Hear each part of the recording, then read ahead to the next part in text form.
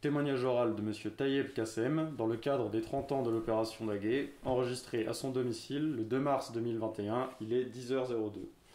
Monsieur Kassem, bonjour. Bonjour. Merci d'avoir accepté de donner votre témoignage au service historique de la Défense pour la commémoration de l'opération Daguet. Tout le plaisir est pour moi. Donc très simplement pour débuter, est-ce que vous pouvez vous présenter, nous indiquer où est-ce que vous êtes né, dans quel cadre familial, comment a été votre jeunesse, votre scolarité, jusqu'au moment où vous arrivez à vous engager dans l'armée. Alors moi j'ai un parcours un peu particulier, donc je m'appelle Tayeb Kassem. Je suis né le 8 décembre 1955 en Algérie, dans un douar, on va dire, à 300 km sud-ouest d'Alger, près d'une ville qui s'appelle Tiaret. Alors je suis né en 1955, c'est le début de la guerre d'Algérie. Donc, suite aux événements de la guerre d'Algérie, nous sommes rentrés en France. Nous avons été accueillis donc, dans des camps, le camp de Rivesaltes, ensuite le camp de Bias. La scolarité, c'était dans le camp. On était dans la même classe, j'ai souvenir, dans la même classe, on était une cinquantaine d'élèves pour un seul prof, avec des âges différents. J'avais beaucoup de mal à suivre les études. Et je me souviens, je disais à ma mère, je comprends rien de ce qui se dit, j'avais pas envie d'y aller, quoi. Et ma mère me dit, écoute, fais comme si tu comprenais. Et ça, voilà, ça a duré comme ça, en fait, 2 années. Et puis, grâce à mon oncle, qui était en activité à l'époque au 126e mairie à Brive-la-Gaillarde, il a réussi à nous sortir de ce camp. Mon père a trouvé un petit travail, on a eu un logement, et puis après, donc j'ai réussi à aller à l'école communale. Et puis, bon, évidemment, j'avais au moins 2 années de retard. Ouais. Et j'ai essayé donc de suivre mes études avec beaucoup de difficultés. Mais moi, mon seul objectif, je voulais, c'est être militaire. Okay. Mon père était vivement opposé à ce que je fasse ça. Pourquoi? Parce que lui, il a vécu la guerre d'Indochine, il a été blessé. Au lieu de faire 2 ans à l'époque, comme tous ses camarades, il a été rattaché à notre bataillon. Il a fait 3 ans et demi, je crois. Ouais. Quand il est arrivé donc, en Algérie, enfin en France à l'époque, c'était le début de la guerre et donc il avait été fait prisonnier par le FLN. Et évidemment, après, il a été fait prisonnier, il a réussi à se sauver parce qu'il a senti sa vie menacée. Et il a été fait prisonnier ensuite par le 2e bureau de l'armée française. Et grâce à... ils étaient carrément en train de le torturer lorsque un de ses anciens chefs est arrivé, qu'il avait connu donc, en Indochine. L'a reconnu et puis il l'a fait sortir, libéré, et puis lui a proposé de s'engager dans l'armée. C'était la seule solution pour lui. Donc il s'est retrouvé dans les gardes mobiles de sécurité, qui étaient situés donc, dans un village à Trublé, ça s'appelle. Et puis par la suite, le 21 mars 1960, il a été grièvement blessé et hospitalisé. Et puis, quelques temps après, donc moi j'étais gamin, je sortais souvent jouer dehors. On vivait, pour des raisons de sécurité, les familles des militaires vivaient dans le quartier. Ouais. Et je sortais, il y avait plus, j'entendais plus, il n'y avait plus de bagnole, il n'y avait plus de chars, il n'y avait plus rien, quoi, plus de véhicules militaires. En fait, ce qui s'est passé dans la nuit, c'est que le régiment est parti, quoi. Et mon père, qui était blessé à l'hôpital, il était à l'hôpital, on est allé le voir pour lui dire voilà ce qui se passait. Et puis quand on lui a raconté ça, il a pris une couverture, il l'a mis autour du ventre, et puis on a été cachés pendant près d'1 an dans la famille de mon père. Après on est arrivé, donc je vous ai raconté l'histoire des camps. qu'est-ce qui vous pousse quand même à vouloir être militaire malgré... Alors voilà, moi, en fait, tout petit, j'ai vécu, donc j'ai vu mon père, militaire, partir faire des patrouilles, revenir. Je voyais des hélicoptères, je voyais des véhicules militaires, des armes, des soldats. Et j'ai baigné là-dedans, et puis je voulais faire comme mon père, parce que bon, il avait quand même une sacrée poitrine, la guerre d'Indochine, l'Algérie, il avait médaille militaire, croix de guerre, enfin pas croix de guerre, mais croix de la valeur militaire. Ouais. Et donc voilà, j'avais envie de ça. Et bon, comme mon père ne voulait pas, je m'étais orienté sur une formation... J'étais dans un lycée technique et j'avais choisi, j'ai fait du dessin en mécanique générale. Mais malheureusement, compte tenu de mon nom, tout ça, j'ai du mal à l'époque, j'ai du mal à trouver du boulot. Et à un moment donné, j'avais trouvé un travail, c'était au moment des élections. Et c'était mettre, vous savez, les tracts pour les élections dans des enveloppes au profit de la préfecture. J'avais trouvé ce petit boulot là, et puis... c'était à l'époque l'élection de Giscard d'Estaing. Et Giscard d'Estaing, c'était la majorité à 18 ans. Donc j'ai beaucoup réfléchi quand je voyais ça. Et puis j'ai prié pour qu'il soit élu. Et quand il a été élu, évidemment, la première chose que j'ai faite, je me suis engagé contre l'avis de mon père. Donc j'ai fait l'école des sous-officiers à Saint-Mexan.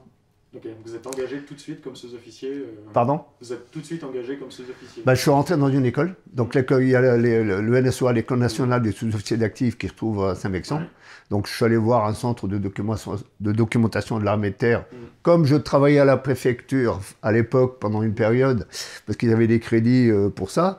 Et donc j'avais des liens avec ces gens-là, j'ai été conseillé, orienté, comme ça. Je me suis retrouvé donc... le 4 mai 76, donc à l'École nationale des sous-officiers, puis voilà. Après, donc j'ai fait une formation, donc ma formation de 8 mois, je crois, ou 9 mois. J'ai opté pour l'arme blindée cavalerie. Alors, je ne savais même pas ce que c'était que l'arme blindée cavalerie. Mais bon, j'ai pris, je ne sais pas pourquoi, les chars m'ont convaincu, en fait. Voilà. Après, j'ai fait une formation de pilote et de tireur au CIABC de Carpiagne. J'ai fait une formation technique chef de char, donc à Cange-Verte par la suite. Et j'ai été affecté, j'ai choisi donc Mourmelon. C'était à l'époque le 18e régiment de dragons, qui était équipé de chars MX-30. Et pourquoi j'ai choisi ce régiment-là? C'est parce qu'on parlait beaucoup d'expérimentation à l'époque.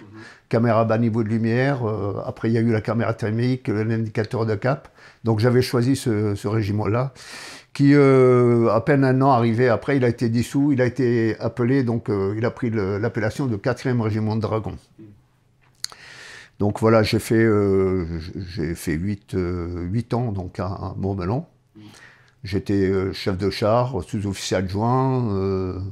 Donc j'ai passé mon certificat militaire de 2e degré donc à Mourmelon. Ensuite, donc à Mourmelon, j'ai eu l'occasion aussi, grâce un petit peu à mes connaissances, ça m'a aidé un peu, mes connaissances en linguistique, parce que je parle un petit peu l'arabe. Je suis parti au Tchad pour l'opération Manta. Et à cette occasion-là, j'ai formé des soldats tchadiens sur automitrailleuses légères. Et le régiment leader à l'époque, c'était le 2e REP qui était commandé par le colonel Janvier. Ensuite, le colonel Janvier que j'ai retrouvé après pendant la guerre du Golfe. Hein, donc voilà. Ensuite, j'ai été affecté au 5e régiment de 5e régiment de cuirassiers à Kaiserslautern, où j'ai passé alors 8 années superbes. Donc, puisque là, je suis arrivé, j'étais adjoint dans un peloton. Ensuite, j'étais chef de peloton char. Donc, vous étiez quel grade? J'étais adjudant. Je suis passé adjudant. En arrivant là-bas, je suis passé adjudant. Ouais. Enfin, j'étais chef de peloton. J'étais sous-chef, donc c'était assez rare à l'époque, quand même, chef de peloton. Après, je suis passé adjudant. Et puis, en 80, fin 90, j'avais été contacté par le BRRI. Le BRRI, à l'époque, c'était le Bureau Renseignement Relations Internationales, qui était commandé par le général Faupin. Et le général Faupin, c'était l'ancien chef de corps du 5e cuir. Enfin, quand je suis arrivé, c'était lui qui commandait le régiment. Il s'était souvenu de moi. Et donc, lors de mon passage à Paris, parce que j'ai fait partie du CFMT. Donc j'allais une fois tous les, je sais plus combien, tous les 2 mois ou 3 mois, j'allais à Paris et donc j'en profitais pour aller le saluer. Et puis c'est là qu'il m'a dit, écoutez, vous avez entendu parler de la guerre du Golfe et probablement qu'on va avoir besoin des gens comme vous qui parlent l'arabe. Il me dit, est-ce que vous êtes volontaire? J'ai dit, oui, bien sûr. Il me dit, surtout, vous n'en parlez à personne. Pour l'instant, il n'y a rien de... Et puis, voilà, donc je suis retourné dans mon régiment. Et à la fin de l'année, je crois que il y avait le pot du chef de corps. Le chef de corps, il avait fait un pot pour nous souhaiter bonnes vacances. C'était pour Noël, les vacances de Noël. Hein. Et là, à un moment donné, il a été appelé par son chef de secrétariat. Et il revient après, donc on a attendu un peu, et il dit, bon, j'ai des bonnes nouvelles à vous annoncer. Il y a l'adjudant Kassem qui est désigné pour partir dans le Golfe. Évidemment... moi, j'étais heureux, quoi. Mais bon, voilà, c'était une période quand même assez difficile parce qu'on ne savait pas trop ce qui réellement se passait. Parce qu'on se souvient quand même de l'armée irakienne, l'armée la plus puissante du monde. Il y allait avoir au moins 100 000 morts, je crois, des choses comme ça qui étaient lancées. Et puis, bon, voilà. Et puis, effectivement, il est vrai aussi qu'on cherchait, du moins l'état-major cherchait des volontaires aussi, comme chef de char, comme des pilotes, des engins, enfin tout ça. Donc voilà. Suite à ça, donc je crois que c'était après les vacances de Noël, je suis parti, j'étais désigné pour une formation linguistique. Bon, il y avait un test en fait. Il y avait un test d'entrée à l'ERL à Strasbourg. Et j'ai été retenu. Et donc après, j'ai suivi une formation, je crois, de 2 semaines ou je ne sais plus très bien. Le but, c'était de nous apprendre la psychologie de l'interrogatoire de prisonniers de guerre et aussi le vocabulaire militaire.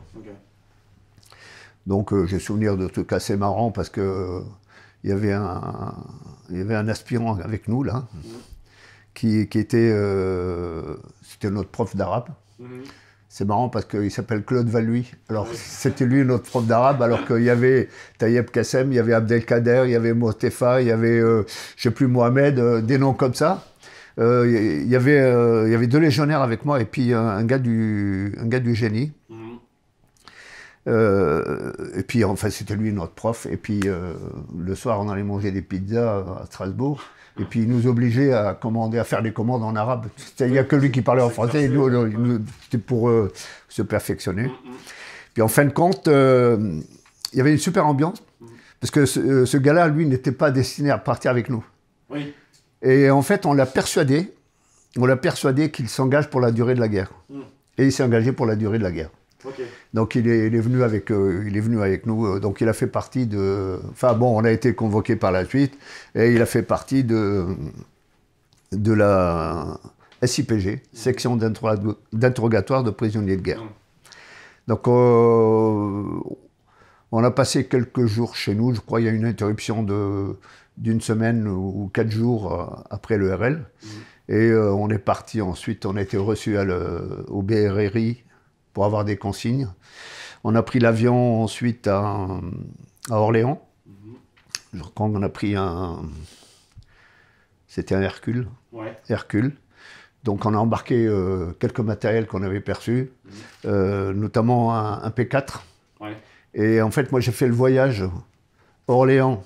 Donc on est passé par la Corse, par je ne sais plus où, vers en Europe, là,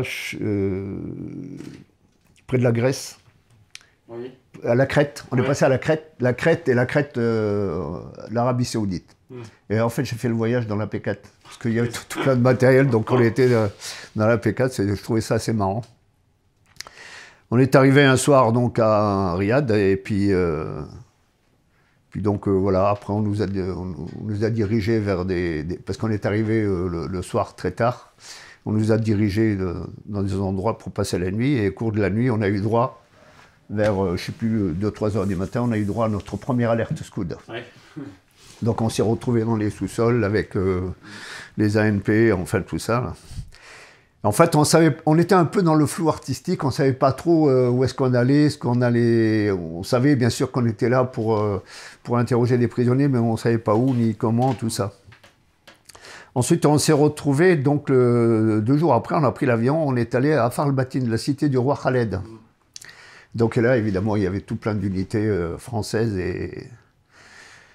Alors, si, il y a un truc marrant, la première chose que j'ai vue là-bas, je vous ai dit que j'étais en Allemagne, moi j'avais un copain américain, et de temps en temps, il m'amenait sur la base aérienne de Ramstein, je ne sais pas si vous avez entendu parler de cette base, et il y avait beaucoup de matériel qui transitait par là.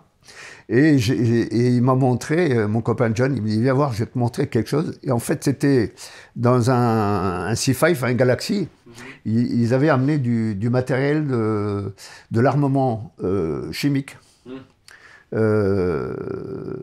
Tchèque, je crois. Je crois que c'était des Tchécoslovaques. Et le hasard voulut que, quelques temps après, je me retrouve à Afar al-Batin. Et qu'est-ce que je vois? Je vois cette unité tchécoslovaque pour la mise en œuvre de matériel NBC. Donc voilà. On est resté quelques temps donc, à Afar al-Batin, à la cité du roi Khaled. On a fait un peu d'immersion. Moi, je me souviens d'une équipe topographique saoudienne. Le but, c'était d'acquérir du vocabulaire militaire. Ensuite, on a perçu du matériel, parce qu'on n'avait rien, en fait. On avait, à part le P4 qu'on avait, on a récupéré des tentes bédouines qu'on a perçues auprès de l'état-major saoudienne. Ensuite, j'ai souvenir d'une remorque que j'ai récupérée, en fait. Je l'ai récupérée comme ça, sans rien demander à personne, parce qu'on n'avait pas. Et puis, je l'ai accroché derrière le P4, et puis je l'ai gardé. J'ai encore des photos de cette remorque. Et puis, quelques temps après, on s'est dirigé donc, à Rafah. Donc, Rafah, c'est une petite ville qui se trouve à la frontière irakienne. Et c'est là qu'on a établi notre camp de prisonniers de guerre. Alors le camp, c'était quoi? Je crois qu'on est arrivé avant les Américains. C'était un enclos à chameaux. Donc j'ai souvenir qu'on avait rencontré le chef du village, il y avait des Bédouins, la gendarmerie aussi de ce village. Donc on a pris possession de ces enclos, on a commencé à s'installer, on a commencé à recevoir des tentes, on a installé à l'intérieur de ces enclos à chameaux, on a installé des tentes modulaires. On nous a amené des WC chimiques aussi, qu'on a mis en place. On a expérimenté les douches de l'armée française avec l'eau chaude, tout ça. Après, ensuite, les Américains sont arrivés, donc nous, on avait une capacité d'accueil de 500 prisonniers. Les Américains, eux, sont installés donc tout près de nous. Ils avaient une capacité d'accueil, je crois, de 1500 ou 2000 prisonniers. Donc, bon, ils étaient beaucoup plus nombreux que nous. Hein. Alors, pour vous donner une idée, hein, donc, la totalité du personnel, je ne me souviens pas, mais il y avait un bataillon. Mais déjà, rien qu'au niveau de l'interrogatoire, ils étaient 77 interrogateurs de prisonniers de guerre. Et parmi eux, il y avait aussi la moitié des femmes, parce que dans l'armée irakienne, il y avait des femmes aussi. Donc, c'est les femmes qui interrogent des femmes. Et nous, on était donc il y avait... Donc, on était 4... allez, on devait être 5 interrogateurs.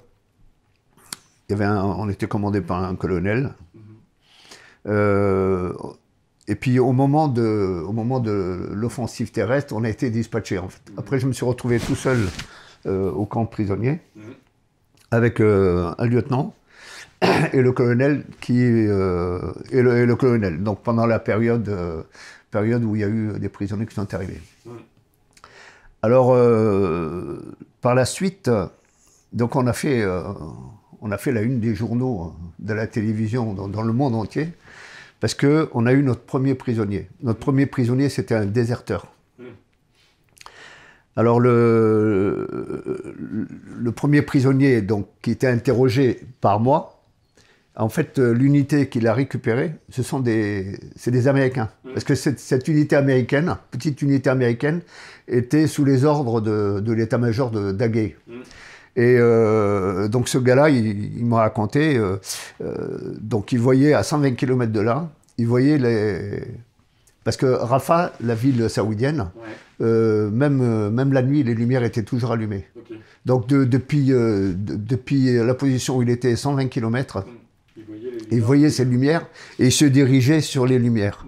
Et puis après, par moments, il entendait des bruits, des bruits de comment on appelle ça, les ragolos, ce sont comment on appelle ça, pour créer de l'électricité, là. Oui, donc des groupes électrogènes. Donc il se dirigeait sur ces bruits-là. Puis à un moment donné, il voit une tente, il y a de la lumière, il rentre et puis il veut expliquer qu'il est irakien, c'est un soldat irakien qui venait pour se rendre. Et là, bon, en fait, il y avait des Américains qui étaient en train de jouer aux cartes. Et puis, ils l'ont pris pour un clochard ou un truc comme ça, donc ils l'ont dit de dégager. Bien, il est revenu à plusieurs reprises, en fait. Et à chaque fois, ils l'envoyaient promener. Et puis, à un moment donné, ils ont compris que c'était un soldat irakien. Ils lui ont tous sauté dessus, ils lui ont mis des coups, le pauvre. Quand il m'a raconté ça, le pauvre, il avait beaucoup souffert. Et en fait, lui, c'était un observateur aérien. Alors, comment ça marchait chez eux? L'observatoire, il y a certaines zones qui n'étaient pas couvertes par les radars irakiens. Donc, les zones qui n'étaient pas couvertes, ils mettaient des gars. Ils avaient un indicatif, par exemple, je ne sais pas, et lui, il s'appelait par exemple Alpha. Et quand tu voyais un avion, soit il arrivait à l'identifier, il disait, je ne sais pas moi... Ici Alpha, Jaguar. Il suffisait simplement qu'il dise ça. Et en fait, l'état-major comprenait que l'avion venait dans telle direction. Okay. Donc, et puis eux, ils l'attendaient après avec de l'armement anti-aérien. Donc, il y avait donc lui, c'était quelqu'un de très intéressant parce que pour venir jusqu'à nous, donc il a fait quand même à peu près 120 bornes. Il se déplaçait de jour, la nuit, la journée, il essayait de ne pas trop bouger. Mais bon, il se déplaçait surtout la nuit, grâce à la lumière et puis au bruit. Donc, il se déplaçait comme ça. Et puis, au fur et à mesure de ces déplacements, il voyait des unités irakiennes. Ouais. Donc, nous, simplement, l'interrogatoire était simple. On lui demandait, qu'est-ce que tu as vu? Et grâce à la composition de ces unités, on arrivait à dire, voilà, c'est un régiment de chars ou de... voilà, on arrivait à dire voilà ce qu'il y avait en face de nous. Il y a eu aussi un deuxième... Qu'est-ce qui l'avait poussé, ce premier prisonnier, à vouloir déserter? Pourquoi il s'est dit... Alors ça, en fait, c'est simple. Tous les mois, les Irakiens pouvaient retourner voir leur famille grâce à des retours de convois, des trucs comme ça. Ils pouvaient aller voir leur famille et tout. Et très souvent, leur famille était délocalisée. Soit sa famille a disparu, il y avait des maisons qui étaient détruites, ils ne retrouvaient pas, enfin bon voilà, il y a eu quand même pendant plusieurs semaines, il y a eu beaucoup des bombardements assez intenses et ça a joué sur le moral des soldats. Puis aussi, sur le terrain, les unités qui étaient en face, dès que les hadiths passaient, tout ce qu'ils voyaient, ils détruisaient. Donc ils étaient quand même traumatisés, quoi. Il y a eu aussi... le deuxième déserteur, c'était un coiffeur. Alors chez eux, le coiffeur, donc le coiffeur, il se déplaçait d'unité en unité. Il était dans un état-major. Il y avait des unités qui étaient dispatchées sur le terrain. Donc il allait les voir. Lui aussi, donc il avait déserté. C'est par rapport aussi à sa famille. Et puis bon, il nous a donné des renseignements intéressants parce que comme il voyait les unités où il allait, et tout, puis nous on faisait des recoupements. Et donc voilà, et ça fait que la veille de l'offensive terrestre, sur une profondeur de 120 km, on a pu dresser, et puis avec l'aide des Américains aussi, parce qu'il ne faut pas oublier que les Américains étaient à côté de nous, on a très bien collaboré ensemble, on a très bien travaillé ensemble, donc on nous a donné des renseignements qui nous ont permis de couvrir donc, toute la profondeur de 120 km jusqu'à Salman. Ouais. Je crois même, si vous me laissez le temps de chercher, je vais vous trouver un. Je crois que j'ai le plan là qui est là.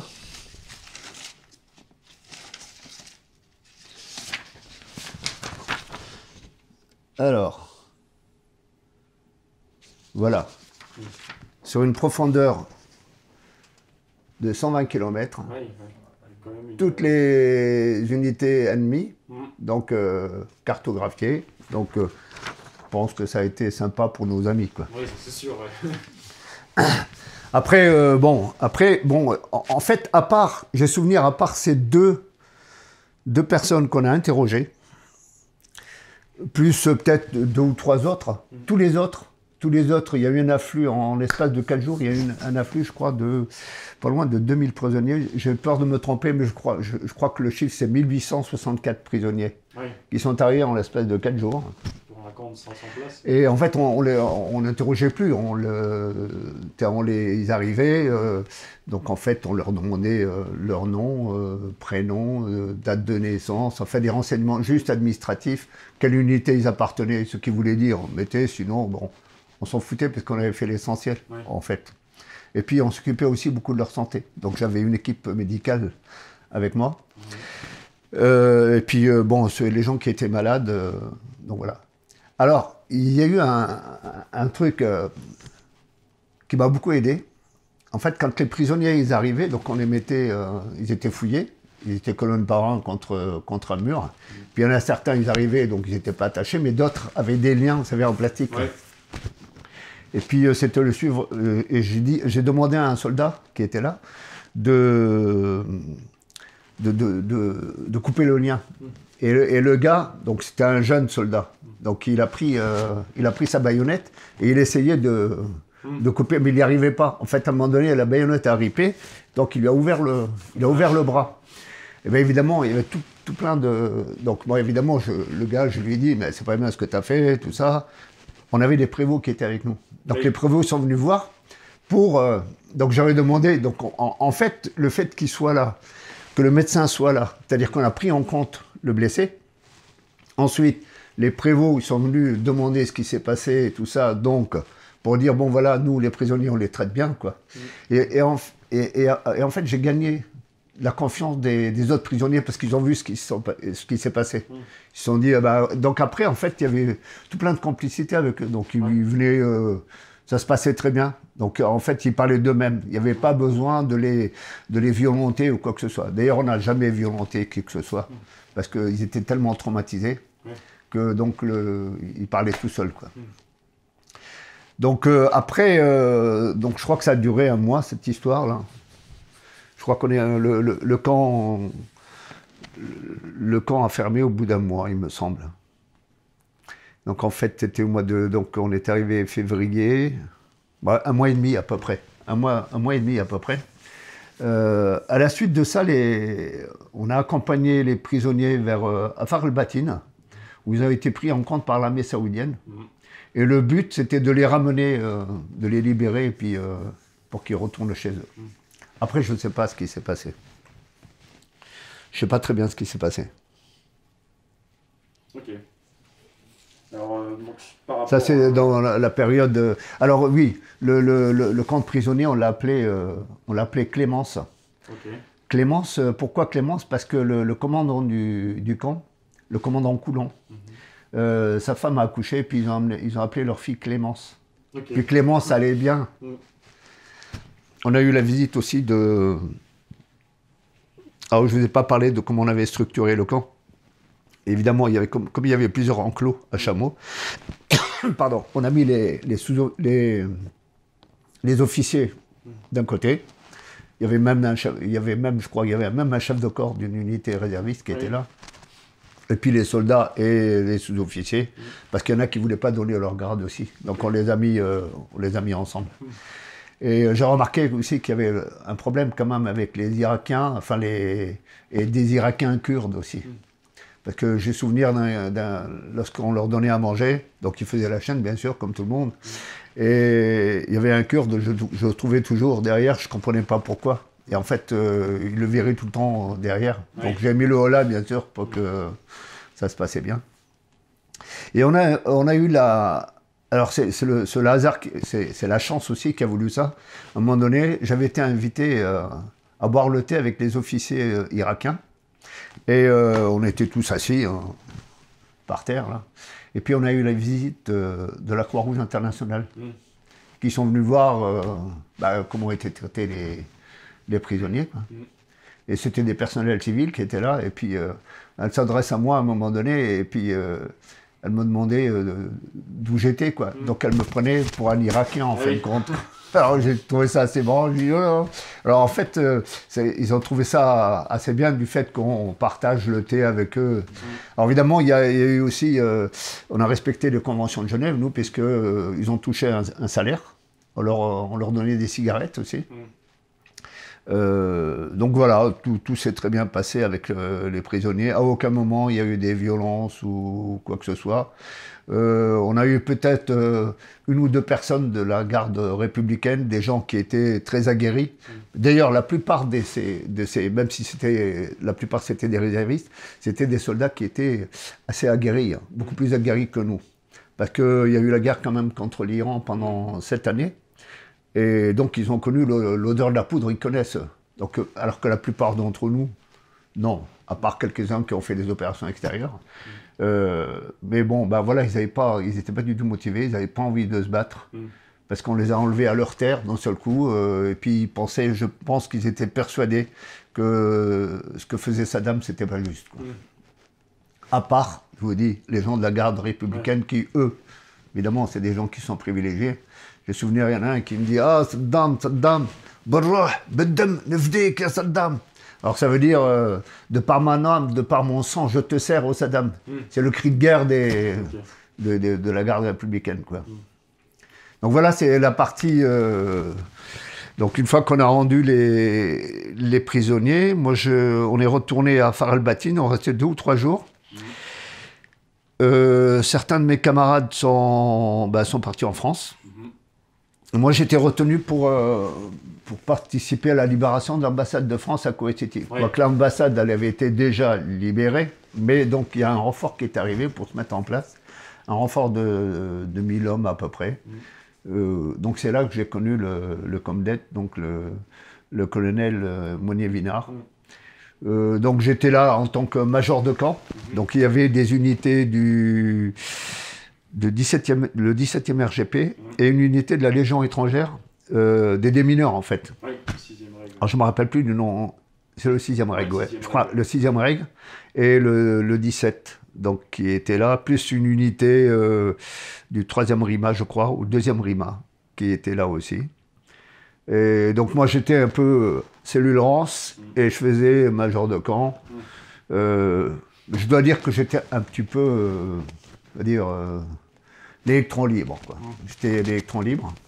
On était logé dans une école anglaise. Et compte tenu du manque de place, je ne sais pas, je suis allé voir à côté, il y avait une école libanaise. Et moi, j'étais logé dans l'école libanaise. Puis après, au fur et à mesure qu'il y avait des gens qui arrivaient, donc j'avais réussi à placer des gens dans cette école libanaise. Alors, cette école libanaise était tenue par des bonnes sœurs. Alors, la mère supérieure, elle était d'origine libanaise. Il y avait 2 autres bonnes sœurs il y avait des Jordaniennes et des Irakiennes aussi. Donc, c'était des chrétiennes qui étaient là. Et alors c'est marrant parce que comme l'armée irakienne, lorsqu'ils se sont retirés, certains leur ont piqué des bus. Alors comme il y avait des bus, alors elles se sont mis elles avaient un gardien qui était d'origine irakienne, qui était avec elles. Et elles se sont mis, toutes les filles, donc toutes les bonnes sœurs, plus ce gars-là, aveugle, hein. Ils ont démonté les roues des bus pour qu'on ne leur pique pas. Et puis elles ont planqué les roues, je ne sais pas où. Et donc après, comme elle m'avait raconté ça, avec des gens de l'unité, je suis allé sur la route de Bassora. Je ne sais pas si vous avez entendu parler de la route de Bassora. C'est la route entre Koweït City et Bassora. Ouais. Lors de leur repli, là les Irakiens, ils ont mangé, hein, toutes les bagnoles, tout ça. Il y a eu enfin, la route, elle était bloquée par tous les véhicules qui étaient endommagés. Ouais. D'ailleurs, ils les ont mis sur les côtés. Oui, enfin, c'est la highway to hell. Ouais. Voilà, donc voilà. Et puis là, on était là-bas, on a réussi à trouver un de leurs bus et on l'a ramené, elles étaient hyper contentes. Ok. Et donc après, comment ça s'est passé pour vous, la fin de l'opération, le retour en France Alors après, donc moi je crois que c'était l'unité qui était à Kuwait City était une des dernières à rentrer. Donc on a pris le bateau l'Estérel. Alors l'Estérel, c'est un bateau qui faisait Toulon, la Corse, je crois. Ouais. Un super bateau, hein, on était vachement bien dedans. Et puis donc on devait rentrer en France. Et puis au bout de 3 jours de navigation, je crois, donc le bateau a été détourné, on est allé à Djibouti. Okay. À Djibouti parce que le pays à côté, le nom va me revenir, donc il y a eu un problème et puis les soldats, notamment les gens de l'aviation, enfin l'armée de l'air, certains ils ont piqué des avions et puis ils sont allés se poser sur Djibouti. Ah oui. Donc il y a eu beaucoup de réfugiés. C'est l'Éthiopie? Non, c'est pas l'Éthiopie. Il y a les Émirats. Non. Il y a... Ça va me revenir. Et donc nous on est allés là-bas pour évidemment parce que comme la guerre du Golfe s'était terminée, toutes les unités elles ont baissé un peu la garde et comme il y a eu ce mouvement de population donc assez important, donc ils sont allés vers le Djibouti et donc nous on est allés pour essayer de canaliser ça, mais on n'est pas resté longtemps. Au bout de, je crois que nous on nous a déposés là-bas. Le bateau est parti, je suis resté avec des unités de la Légion étrangère. Et puis 3-4 jours après, on a pris un autre bateau pour rentrer. Mais là, en fait, on est arrivé sur Toulon aussi. Mais là, bon, on n'était pas attendus, nous. Hein. Comme on était les derniers arrivés, on a rejoint chacun nos unités. Évidemment, moi, j'ai rejoint mon régiment donc à Kaiserslautern. Évidemment, j'étais reçu avec les honneurs, bien sûr. Donc, parce que j'étais le seul de mon régiment j'étais le seul à représenter mon régiment donc, pendant la guerre du Golfe. Il y en a d'autres qui sont partis, mais en fait, ce sont des pilotes, des soldats, qui sont allés renforcer le 4e régiment de Dragons. Et en fait, ils étaient devenus dragons, en fait. Oui. Voilà. Donc voilà, pour moi, la guerre du Golfe s'est terminée donc à Kaiserslautern. Donc suite à, évidemment, le régiment était... Alors, je vous ai parlé du colonel Monnier-Vinard, parce qu'il est venu me rejoindre, il est venu me voir au 5e cœur à Kaiserslautern. Et puis là, on a profité pour un peu parler de la guerre du Golfe, donc à mon régiment. Parce qu'à ce moment-là, lui, il faisait des exposés justement il se baladait d'unité en unité pour faire des exposés sur la guerre du Golfe. Donc, régiment dissous 1 an après, et j'ai été affecté donc à Périgueux, au 5e chasseur. Okay. Donc là, je suis arrivé au mois de juillet. Le chef de corps ne voulait pas me voir, en fait, au régiment. Donc, je n'ai pas été affecté dans un escadron. Donc, pendant la période de juillet jusqu'à novembre, je crois, début novembre, j'étais un petit peu AD. Donc, j'étais en tenue de sport. Je venais me montrer que j'allais à l'état-major, montrer que j'étais là, que je faisais du sport en règle générale. Et en fait, j'étais affecté pour partir cellule Rance au sud Liban. Okay. Donc j'étais rattaché, donc comme il y avait des unités du régiment qui allaient. Donc j'ai fait un camp de cohésion à la Courtine avec l'unité, et histoire de connaître au moins les gens avec qui j'allais travailler. Et puis après j'ai fait un séjour de 6 mois au sud Liban. Okay. Donc j'étais là, cellule Rance.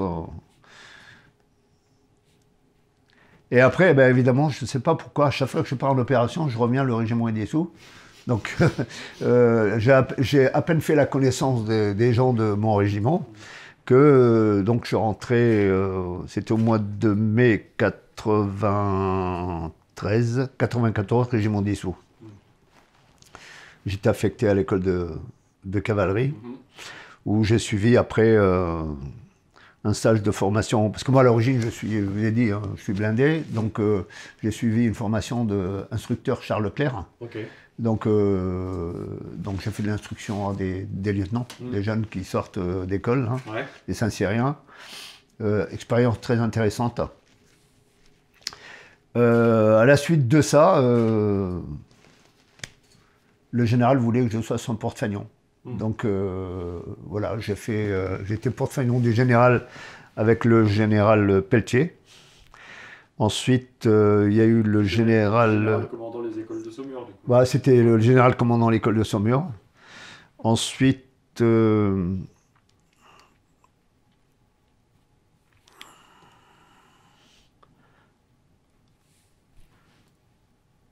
alors il y a eu deux autres généraux, donc le général Galino, et à la fin c'était le général Garrigou-Grandchamp. Garrigou-Grandchamp.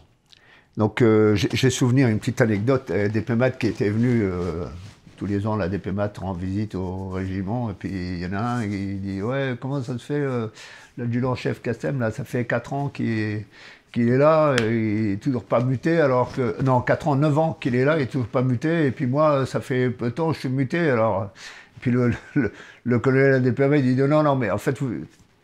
Cassem, c'est pas la même chose, parce que lui, il est porte-fagnon du général, et c'est lui qui mute les généraux. Donc on a besoin de...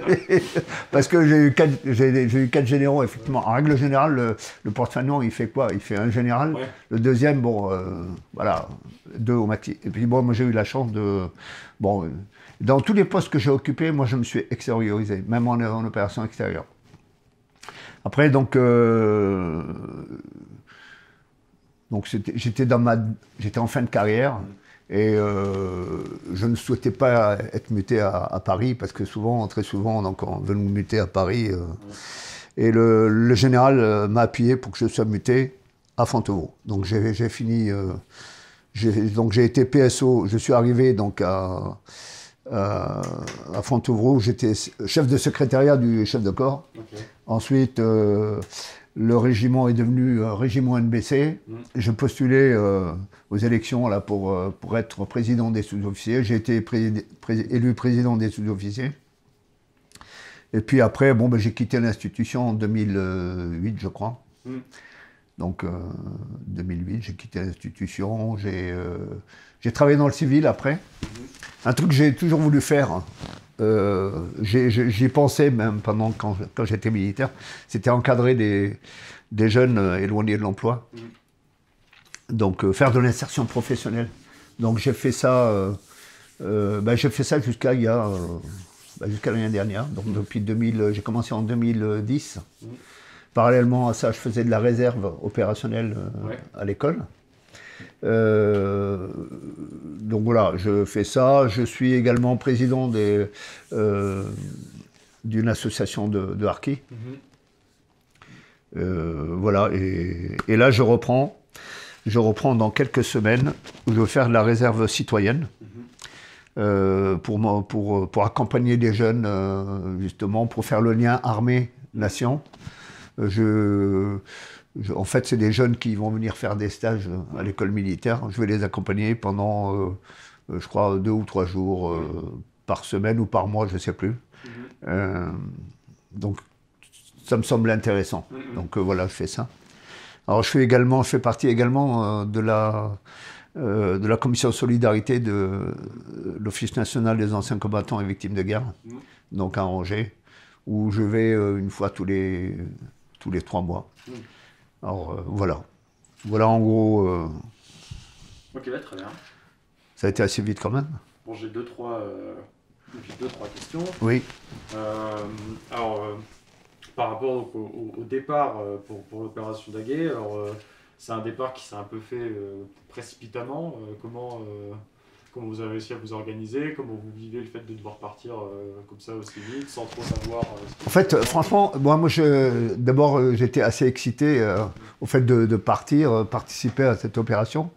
Et ça s'est passé très vite. Ça s'est passé vraiment très très vite. Donc, pas trop réfléchi. Et j'ai souvenir d'avoir fait un truc, c'est que j'avais...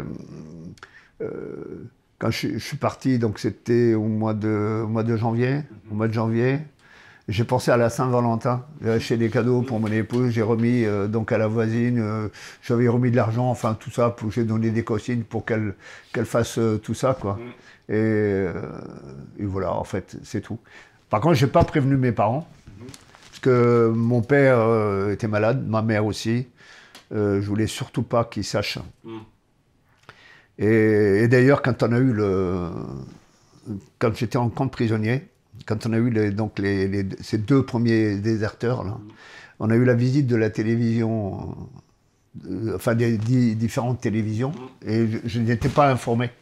Et j'étais dans l'enclos, là, où j'étais en train d'interroger les prisonniers. Ils étaient tous les 2 face à moi.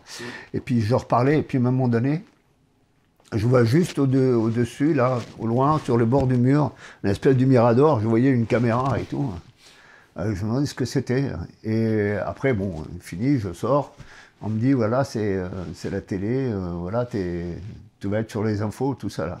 Aussitôt, j'ai pris un P4, je suis allé à Rafah pour téléphoner donc à ma famille, pour leur dire qu'ils ne s'inquiètent pas, je suis en position arrière, je ne risque rien du tout, voilà quoi.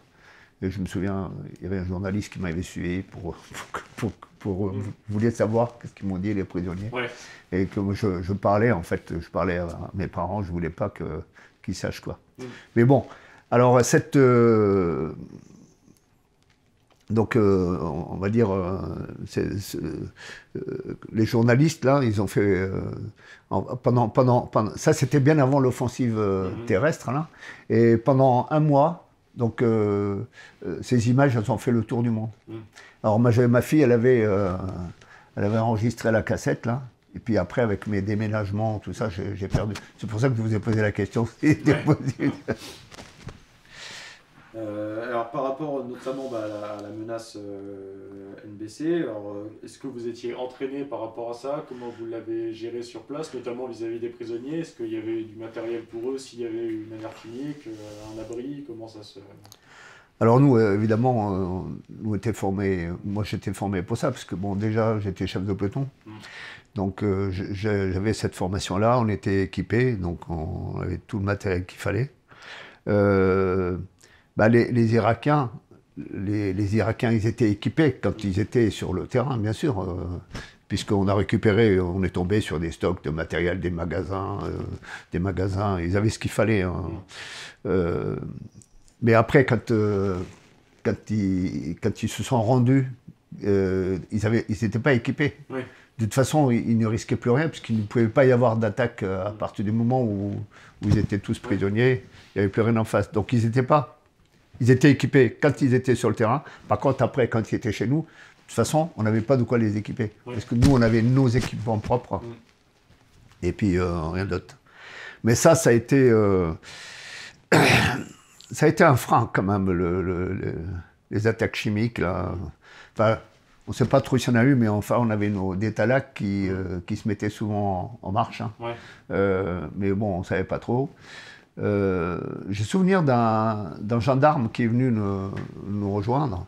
Et puis, il a eu droit à sa première alerte SCOUD. Là. Donc, quand il y a une alerte au SCOUD au niveau 4, donc on s'équipe complètement. Et puis, lui, le pauvre, il s'est équipé. Alors que pendant son déplacement entre la France et puis l'Arabie Saoudite, dans le bateau, ils n'ont pas arrêté de s'entraîner, quoi. Oui. Et ben le fait de mettre cette tenue, il a une crise. En fait, il a paniqué. C'est comme si c'est comme s'il avait une crise d'épilepsie. Oui. Alors sur le coup, on croyait qu'il avait été touché et tout ça. Et en fait, il y a eu beaucoup de cas comme ça où des gens ils ont été. Enfin, je pense, on nous a dit qu'il y avait pas mal de gens qui avaient été rapatriés par rapport à ça. Et bien lui, évidemment, il a été rapatrié par rapport à ça, parce qu'il faut savoir que la panique se communique. Hein. Oui. Et qu'il y en a un qui a... Mais en fait, nous, quand on est arrivé... Si je dois parler de la peur, si vous voulez, quand on est arrivé, on avait tellement de choses à faire, on était tellement occupés, on a eu des choses qui étaient inattendues, on ne s'attendait pas à avoir des prisonniers qui allaient se rendre en masse comme ça, tellement occupés qu'on n'a pas eu le temps de penser à la peur ou quoi que ce soit. Pardon. Alors justement, par rapport aux conditions logistiques au départ de Daguet, ça n'a pas été trop compliqué justement de mettre en place le camp, d'arriver à récupérer du matériel Ouais, ça a été un peu compliqué, mais après ça a été très vite, quoi. Donc nous, on avait besoin de quoi? Ben, on avait besoin de moyens pour nous déplacer. Parce qu'on était, une équipe, je crois qu'il y avait 4 militaires du rang. 4, 8, allez, on était une douzaine en gros. Une douzaine en gros, on avait un P4. Un P4, ça faisait léger, quoi. Puis après, donc on a eu un véhicule, on était rattaché à une autre unité, donc pour nous déplacer, tout ça. Donc ça s'est passé comme ça. Puis après, on a été dispatchés. Donc il y avait des interrogateurs qui sont partis avec des unités, différentes unités, et puis... En fait, moi, j'ai eu de la chance d'être resté au camp, parce qu'au début, je n'étais pas content, parce que j'aurais voulu être avec les unités, des unités. Et puis en fait, c'est moi qui ai rencontré le plus de prisonniers, en fait.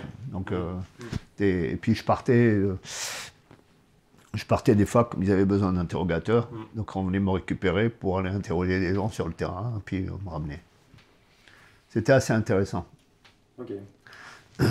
Alors justement, comment, puisqu'à la base, comme vous êtes à la base cavalier, comment vous avez vu d'un œil extérieur l'offensive terrestre, notamment celle des blindés vous aviez envie de le faire Ah bah bien sûr, moi j'aurais aimé être dans les chars. D'autant plus qu'à un moment donné, je me suis retrouvé... j'étais dans un P4 derrière un char, et j'étais avec un gars du CIRPA. Et puis à un moment donné, il y a la fameuse citerne à carburant. Je ne sais pas si vous avez vu ces images là. Et voilà. Et puis il y a un char qui arrive. Il y a le peloton qui arrive. Il y a un peloton. Il y a le char de tête, il arrive. Et puis on voit qu'il stoppe. Et puis il commence à faire marche arrière. Et le char que je suivais, moi, à un moment donné, il arrive, il stoppe, boum, et il tire. Et il donne un ordre de tir à la radio. C'était la bonne réaction. L'autre char, en fait, c'était le chef de peloton, il est arrivé, il a vu l'ennemi, donc ce qu'il voulait, se repositionner, et puis après, rendre compte. D'ailleurs, quand il est rendu compte, l'autre, il avait déjà tiré, quoi.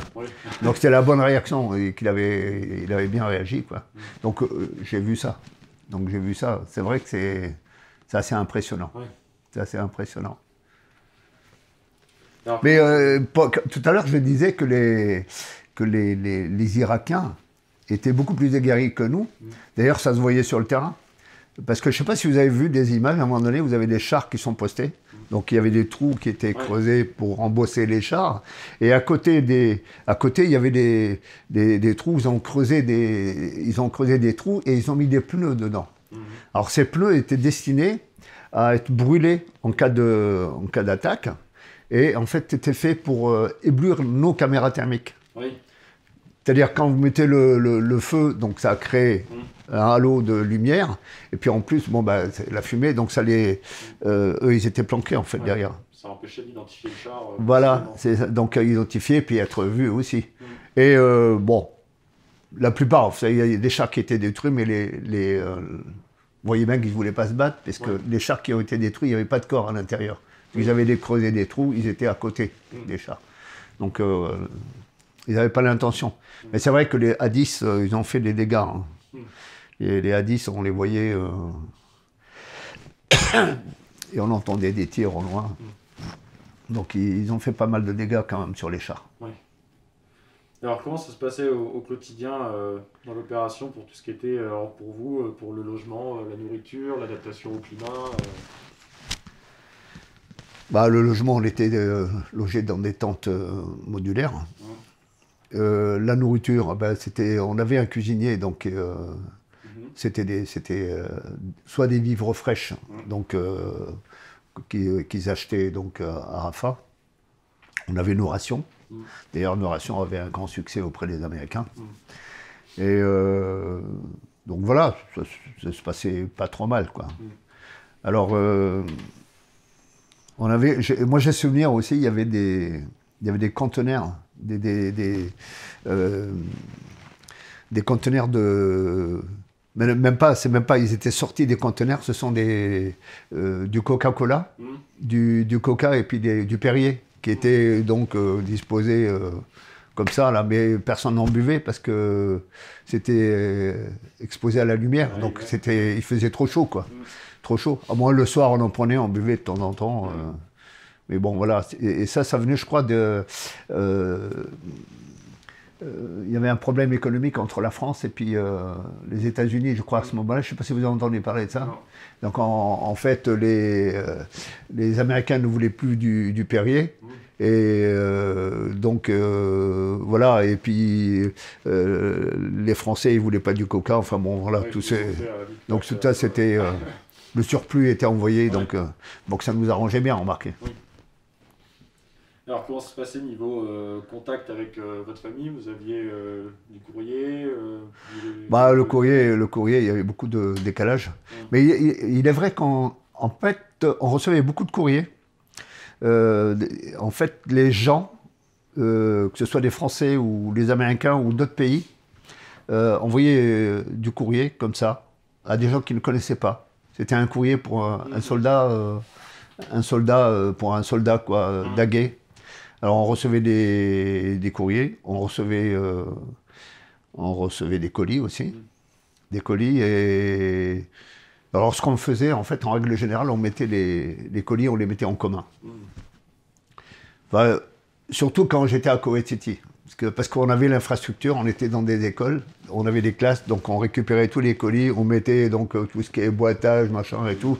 Puis après, en fait, on faisait une espèce de cantine, et puis on utilisait ça, quoi. Ouais. Alors, évidemment, l'alcool était interdit. Et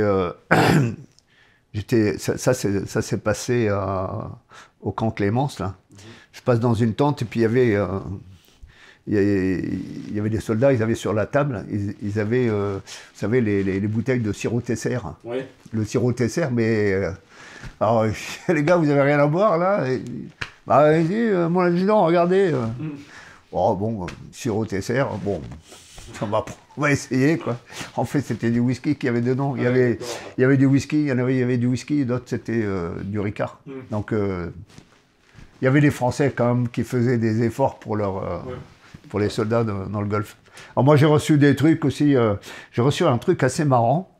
C'est une lettre d'un gamin américain, et qui m'a envoyé une espèce de pilule qu'on met dans l'eau, vous savez, puis ça donne une sorte d'anthésite, un truc comme ça. Là. Il me dit, ouais, tu seras plus fort pour la guerre. Je trouvais ça assez mignon, c'était marrant. Et puis un pansement aussi, un pansement de Goldorak ou de Superman, je ne sais plus. Ouais. Et alors comment ça se passait justement le contact avec les alliés sur place, avec les Américains, les autres soldats des autres pays Alors nous, on avait d'excellents contacts avec les Américains. La preuve, tous les renseignements que je vous ai montrés, bon, certes, ça vient de notre interrogatoire, mais aussi leur interrogatoire, et puis ils ont quand même des moyens beaucoup plus importants que les nôtres. Donc ils ont beaucoup plus collaboré que nous. Parce que moi, j'ai souvenir, on me disait, ouais, vous dites pas aux Américains que vous avez un prisonnier.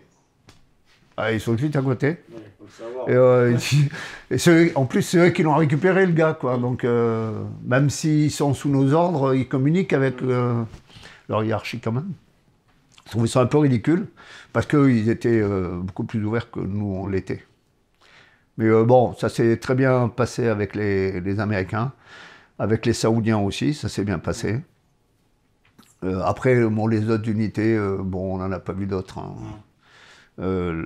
Les Anglais, c'est beaucoup plus compliqué. Pas de communication avec eux. Ouais. Je ne sais pas pourquoi, ils étaient assez distants. Mais le seul avec qui on avait des contacts, c'était les Américains. Et puis, je trouve qu'il y a eu une très bonne coopération avec eux. Voilà. Avec la population aussi. Quand on voyait, vous passez avec une colonne de véhicules, vous vous arrêtez, boire un verre, le gars qui vous dit, tenez, téléphonez à votre famille. C'est touchant, quoi. Parce qu'à l'époque, on n'avait pas de portable, on n'avait pas un... Donc moi, j'avais avec moi une équipe de trans avec l'espèce de téléphone satellite. Donc j'en ai bien profité. Et j'en ai fait profiter les copains aussi, tous les gens qui venaient. Ouais, mais je ne savais pas que c'était payant, parce que l'armée, il paraît que Ils ont payé à France Télécom, ouais. Et au niveau tout ce qui était, alors surtout par rapport au camp de prisonniers, niveau donc santé, hygiène, état corporel général, c'était facile à gérer c'était assez Ça, c'était beaucoup plus difficile parce que on a eu un afflux important de prisonniers. Bon, évidemment, il y avait l'eau, il y avait à boire, tout ça, tout ce qui est nourriture, il n'y a pas de souci. Par contre, après, on avait des WC chimiques, hein, il n'y en avait pas suffisamment. Il n'y en a pas suffisamment, et puis ça débordait, quoi. C'était assez complexe. Et les prisonniers, il n'y a pas eu de problème de malades Non. Il n'y a pas eu de malades, c'est des gens en règle générale, bon, ils étaient traumatisés par ce qui s'est passé. C'était des gens assez quand même aguerris. Ils ne se sont pas laissés aller ou quoi que ce soit. Ils étaient assez dignes, voilà. Et c'était quoi leur état d'esprit par rapport au fait qu'ils se soient rendus, qu'ils aient perdu, qu'est-ce qu'ils en pensaient, qu'est-ce qu'ils vous en disaient? Bah, ils pensaient que c'était pas leur guerre, en fait. Et puis bon, ça se comprend aussi, parce que ça faisait 7 ans qu'ils se battaient contre l'Iran. Et puis ils retournent donc à leur terre, leur famille, tout ça. Et puis d'un seul coup, on leur dit, bon, enfin nous, en face à nous, c'était des réservistes, donc je parle bien de réservistes. Hein. Après, dans la garde républicaine, j'en ai pas vu beaucoup, j'en ai vu 2 ou 3, je ne sais plus. Ceux-là, ils ont un comportement différent. Parce que la garde républicaine, ils sont proches de Saddam, c'est des gens qui sont privilégiés, comme dans tous les États qui emploient la dictature, quoi. Ok.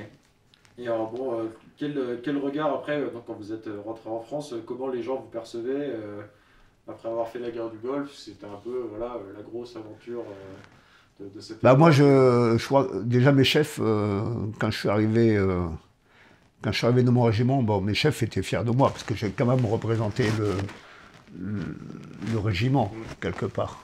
Donc voilà, moi je pense que j'étais assez apprécié par le fait que je sois allé dans le Golfe. Donc voilà, mais je l'ai ressenti comme ça. Et qu'est-ce que vous en gardez, vous, comme souvenir général Bah moi, j'en garde d'excellents souvenirs, quoi. Moi, je me suis extériorisé, en fait. C'était vraiment c'était un truc qui était fait pour moi. Je me dis que c'était un truc qui était fait pour moi. Okay. Parce que même malgré tout, c'était la guerre et tout, donc on était là aussi pour les apaiser, quoi. Donc moi, je trouvais ça très bien. Ouais. Alors, je suppose que, est-ce que donc, votre expérience dans le Golfe, ça vous a beaucoup servi après par la suite? Enfin, je pense notamment à votre mission au Sud-Liban. Il y a des choses que vous avez fait dans le Golfe qui vous ont servi après, des enseignements, ça m'a peut-être servi sans m'en rendre compte, quoi. Donc évidemment, l'expérience militaire, elle est toujours employée dans d'autres domaines. Donc oui, effectivement, bien sûr, l'expérience dans le Golfe m'a servi aussi au Sud-Liban, c'est sûr. Puis déjà, ne serait-ce qu'au niveau linguistique, donc j'ai quand même progressé, parce que quand je suis parti, avant de partir dans le Golfe, donc j'ai suivi une formation donc un peu de la langue arabe, quoi, même si je n'ai appris la plupart du temps que du vocabulaire militaire, le fait après de rencontrer des prisonniers et tout, donc je me suis mis à parler l'arabe, chose que je n'avais pas faite depuis que je suis rentré en France, quoi. Ouais. Je suis arrivé en France, j'avais 8 ans, après moi j'ai toujours baigné à part les camps, où on a passé en gros 2 ans dans les camps. Bon voilà, on parlait pas beaucoup. En plus, il y a eu le traumatisme de la guerre d'Algérie, les massacres, enfin tout ça. Mon père qui était blessé. On vivait quand même dans la misère dans les camps. Vous savez, on faisait la queue pour tout, hein, pour l'eau, pour manger, pour se laver et tout ça. Après, donc j'ai vécu après avec les Français. Je me suis pas retrouvé en cité. Donc je parlais plus l'arabe. Comme j'ai choisi le fait d'être militaire. Je voyais très peu d'arabe à l'époque, donc je ne parlais pas l'arabe, donc j'ai complètement perdu ma langue en fait maternelle, alors que j'ai souvenir quand je suis arrivé en France, je savais écrire l'arabe. Donc maintenant je ne sais plus quoi. Et le fait de revenir, donc la guerre du Golfe, ça m'a aidé. Donc déjà l'opération montage au Tchad, donc là j'ai repris aussi. Après, donc là, le Golfe, j'ai suivi carrément, j'étais dans une école, le RL. Après, je me suis retrouvé avec des Arabes, donc forcément, je parlais la langue. Donc ça m'a éveillé un peu. Et puis après, ben, le Sud-Liban. Quoique le Sud-Liban, ils parlent tous français. J'ai fait un stage de 3 semaines à l'ERL pour l'anglais. Et en fait, ça m'a pas servi. Enfin, ça m'a servi, pour moi, personnellement. Mais au Sud-Liban, ils parlent français. Et au Sud-Liban, un peu plus en détail, à quoi consistait votre mission, qu'est-ce que vous viviez au quotidien? Alors, moi, ma mission, c'était d'accompagner un colonel qui s'occupait de tout ce qui était renseignement. Donc, sur l'armée Sud-Liban, l'armée israélienne,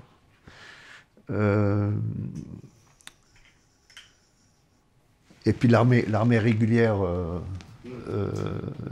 libanaise, et puis le Hezbollah. Oui. Hezbollah, c'est parti de Dieu, ce qu'ils appellent terroriste, en fait. Donc c'était un peu mon but. Mais comme on avait un colonel un peu particulier, donc lui, il voulait travailler surtout un peu tout seul, je me suis retrouvé, en fait, j'accompagnais le Comelef. Très souvent, le Comelef, je lui servais d'interprète et de garde du corps, de conducteur, enfin tout ça, quoi. Ok. Alors pour revenir encore un peu avant, pour parler un peu de votre opération au Tchad, de votre participation à Manta, pareil, qu'est-ce que vous faisiez? Alors moi j'étais adjoint dans un peloton d'automitrailleuses légères. Et puis donc quand on est arrivé donc là-bas, le colonel Janvier, le colonel Janvier qui commandait le REP nous a confié donc la mission de former des soldats tchadiens sur automitrailleuses légères. Donc bah, évidemment tout naturellement ça s'est tourné vers moi. Donc pendant les périodes de 4 mois d'opération. Donc je formais des soldats tchadiens et en même temps on faisait notre mission.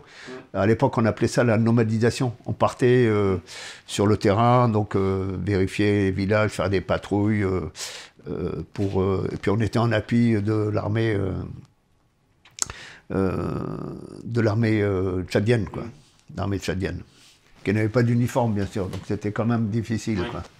Donc en fait nous à l'époque on soutenait l'armée tchadienne qui était, c'était avec Hissène Habré, qui se battait contre Goukouni Wedei, qui lui était soutenu par les Libyens. Ouais, je peux dire.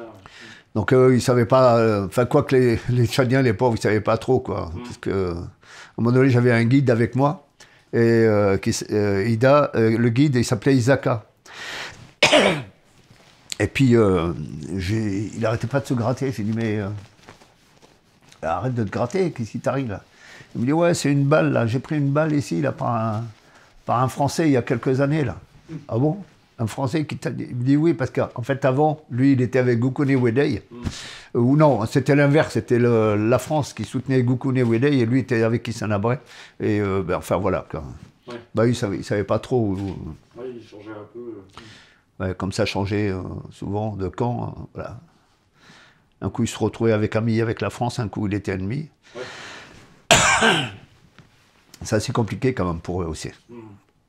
Non, je pense que les conditions climatiques là-bas, l'environnement, ça vous avait un peu préparé pour daguer. Vous ne découvriez pas totalement l'environnement des Alpes.